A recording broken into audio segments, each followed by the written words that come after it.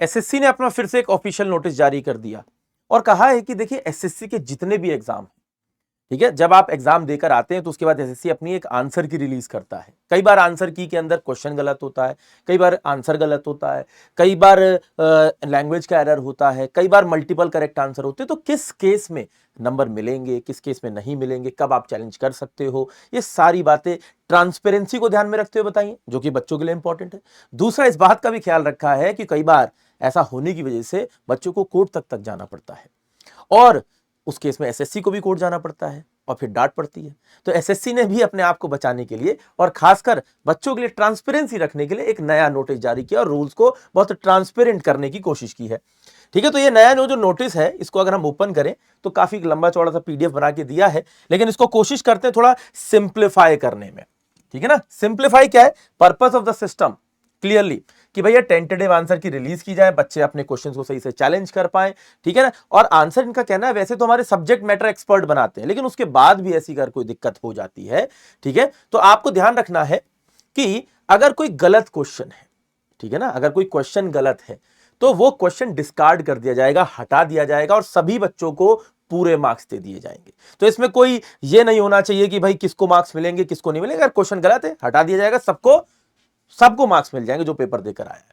ठीक है ना, मल्टीपल करेक्ट आंसर हुए तो मान लेते हैं कि आपने देखा यार मल्टीपल करेक्ट आंसर है तो फुल मार्क्स मिलेंगे। एनी करेक्ट ऑप्शन, आपने दोनों में से कोई भी एक ऑप्शन चुना है जो आपको करेक्ट लग रहा था तो आपको फुल मार्क्स मिल जाएंगे। अगर आपने मान लेते 4 ऑप्शन थे, 4 में से 2 आंसर सही थे और 2 गलत थे, आपने वो 2 गलत वाले चुने दोनों में से, ठीक है ना, या तो 2 सही चुन, दोनों में से सही में से एक चुन सकते थे या 2 गलत में से एक चुन सकते थे। आपने गलत वाले में से 2 में से एक चुन लिया, तो गलत अगर चुना है तो भाई साहब नेगेटिव मार्किंग। अगर 2 सही वालों में से कोई भी एक चुना है तो फुल मार्क्स, और अटेम्प्ट ही नहीं किया तो 0। क्लियर है। आउट ऑफ सिलेबस क्वेश्चन, जो कि एक रेयर केस में इनका कहना है कि हमारे थ्रू होता है, लेकिन ऐसा नहीं है, करते हैं ये लोग। ठीक है, क्वेश्चन डिस्कार्ड कर दिया जाएगा और फुल मार्क्स सारे कैंडिडेट्स को दे दिए जाएंगे। अगर लैंग्वेज में एरर हुआ, ठीक है ना, ट्रांसलेशन में एरर हुआ कि भाई इंग्लिश और हिंदी दो में लैंग्वेज में क्वेश्चन है और आप हिंदी से जैसे आप सवाल लगाना चाह रहे हैं हिंदी लैंग्वेज में, ठीक है, तो हिंदी लैंग्वेज में कुछ एरर हुआ, आपने देखा रहे तो लैंग्वेज का एरर है, तो evaluation done language wise separately. ठीक है, कि भाई अगर इंग्लिश बच्चे के इंग्लिश वाले जिसने इंग्लिश में अटेम्प्ट किया है उसकी लैंग्वेज में कोई एरर नहीं है, वो अपना क्वेश्चन सही से लगा कर आया, अगर सही आंसर दिया मिल जाएंगे, नहीं आंसर किया नेगेटिव।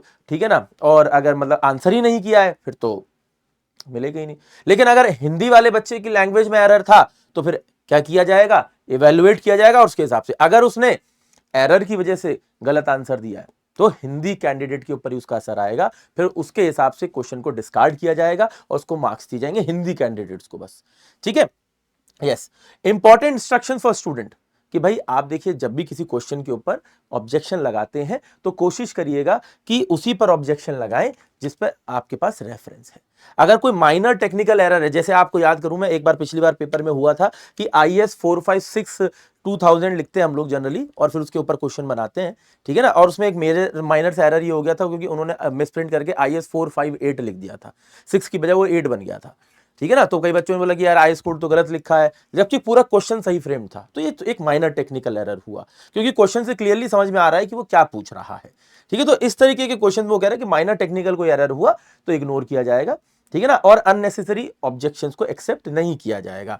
ठीक है ना, कह रहा है अबाउट मल्टीपल करेक्ट क्लेम, कह रहा है एसएमईज जो है जो बेस्ट आंसर चूज करेंगे, ठीक है ना, obvious answer preferred over complex logic, कह रहे कि बहुत ऑब्वियस आंसर को ही चुना जाएगा और वो उनके सब्जेक्ट मैटर एक्सपर्ट निर्धारित करेंगे। अगर किसी तरह के कोई मल्टीपल और फेक क्लेम्स किए जाते हैं तो उसको रिजेक्ट कर दिया जाएगा। अब ये थोड़ा सा डिबेटेबल पॉइंट है कि भाई एसएमई ने मान लो दोनों में से कौन सा जो सही माना तो भाई उसी में, तो ये थोड़ा सा डिबेटेबल हो सकता है, ये इन फ्यूचर कभी देखने को मिलता है तो इसके ऊपर फिर डिस्कशन किया जा सकता है और उस हिसाब से ऑब्जेक्शन फाइल किया जा सकता है। हालांकि जब भी मैं क्लास में बच्चों को पढ़ाता हूं, इसीलिए जितनी भी चीजें पढ़ाता हूं उसमें साथ साथ ये भी मेंशन करता हूं अगर कोई डेटा मेरे पास बिना रेफरेंस का होता है तो मैं बता देता हूं कि भैया ये रेफरेंस का नहीं है, और अगर आप इसमें से कोई भी डेटा यूज करते हैं तो मैं आपको कल को आप ऑब्जेक्शन फाइल करेंगे तो रेफरेंस मेरे पास से मिल जाएगा, उसकी चिंता से आप मुक्त रहें।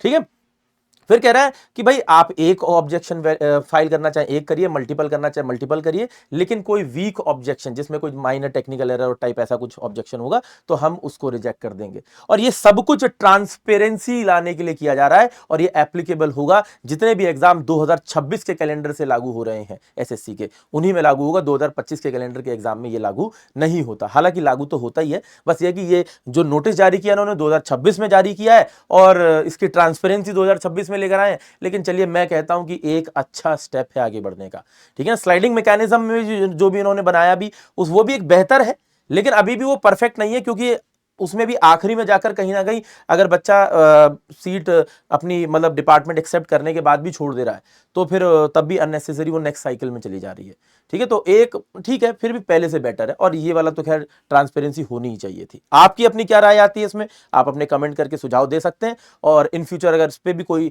बातचीत होती है, कोई नया नोटिस जारी होता है, तो मैं आप लोगों को उसके बारे में पूरी जानकारी दूंगा, ठीक है। इसका ऑफिशियल नोटिस आप मेरे टेलीग्राम ग्रुप से डाउनलोड कर सकते हैं, जिसका लिंक वीडियो के डिस्क्रिप्शन में मैंने दिया हुआ है। टेलीग्राम ग्रुप को ज्वाइन करिए और वहां से इसका जो क्रक्स मैंने बनाया, क्योंकि नोटिस तो बहुत लंबा चौड़ा है, जो क्रक्स बनाया है इसको आप सिंपलर फॉर्म में पढ़ भी सकते हैं, और बच्चों को अपने दोस्तों को शेयर करना चाहें तो शेयर भी कर सकते हैं।